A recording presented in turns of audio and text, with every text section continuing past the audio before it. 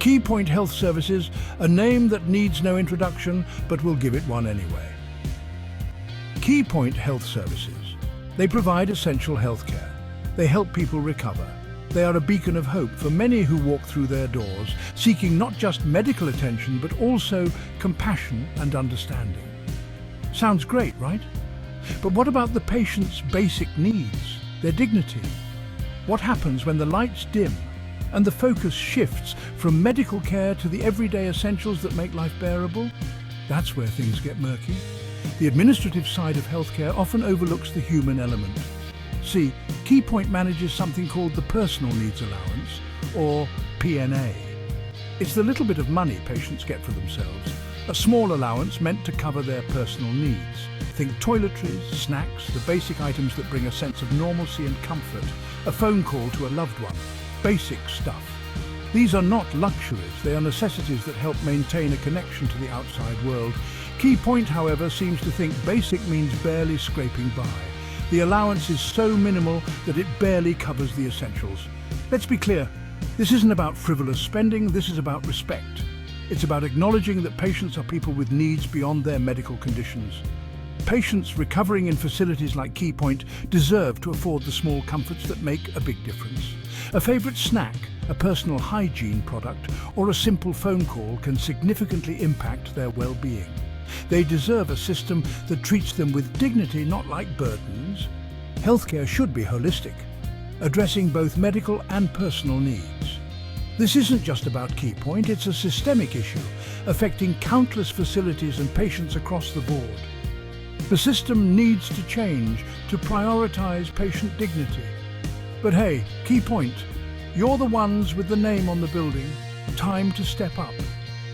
It's time to lead by example and show that patient care goes beyond just medical treatment. Let's talk numbers, because numbers don't lie. They reveal the stark reality of our healthcare system's financial priorities. Unless you're Enron, but that's a story for another time. In our case, the numbers are painfully clear. The state, in its infinite wisdom, offers a paltry sum for PNA. It's laughable, truly.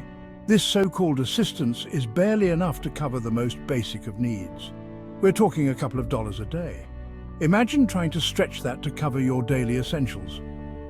You know what you can buy with that these days? Not much, that's for sure. A single-ply dream, that's what. It's a sad commentary on the value placed on patient care. This isn't pocket money. It's an insult disguised as assistance. It's a slap in the face to those who need real help. The state should be ashamed. They should be held accountable for this travesty. But here's the thing, Keypoint doesn't have to follow suit. They can be better. They have the power to make a difference. They can choose to prioritize their patients' well-being over pinching pennies. Will they rise to the occasion? That's the million-dollar question, or more accurately, the $11 question, but we'll get to that later. The choice is theirs, and the impact could be profound. We get it, Keypoint. The healthcare industry is tough, and the pressures are immense. The state sets a low bar, and it's easy to see why some might just meet the minimum requirements.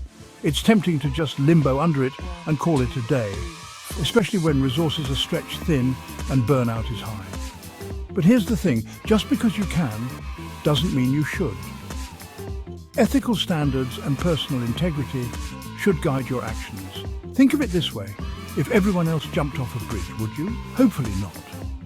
You have the power to make a different choice, unless it was a bungee jumping bridge, in which case, sure, why not? But even then, you'd check the safety measures first, right? But this isn't bungee jumping. This is about the lives and well-being of real people.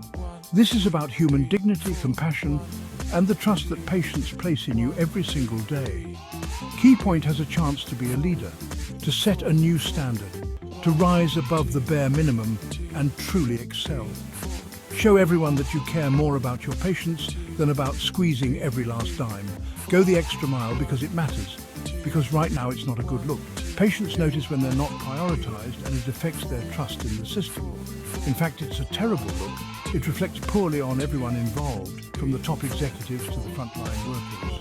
It's the kind of look that makes you want to avert your eyes and pretend you didn't see anything. But you did see it.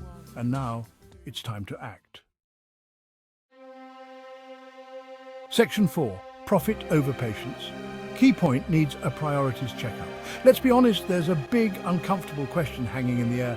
What matters more to Key Point, patients or profit? It's a tough question, but one that deserves an answer. Because right now it seems like the bottom line is winning, and that's just not right. Look, we understand that businesses need to make money. It's how the world works, unfortunately, but there's a difference between making a profit and exploiting those in your care. Key Point, it's time for a priorities checkup. And maybe, just maybe, a soul-searching retreat. We hear Sedona is lovely this time of year. Section 5, $11, the magic number. That's not actually magic, just basic human decency.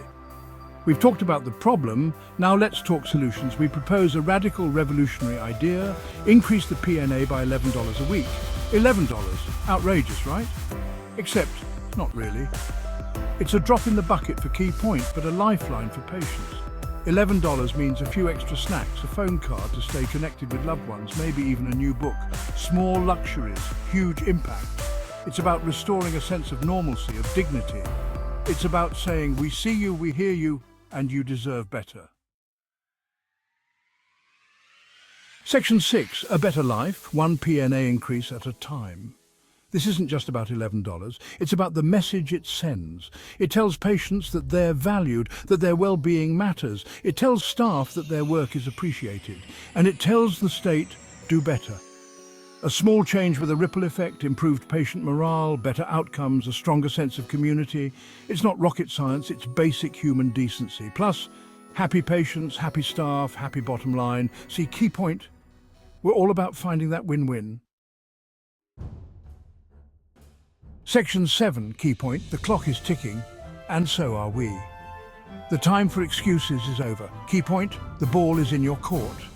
Will you choose to be part of the problem or part of the solution? Will you cling to the status quo or will you step up and do what's right? The patients are waiting, the staff is waiting, we're all waiting. Don't let us down. The world is watching, and we're not afraid to name and shame, just saying.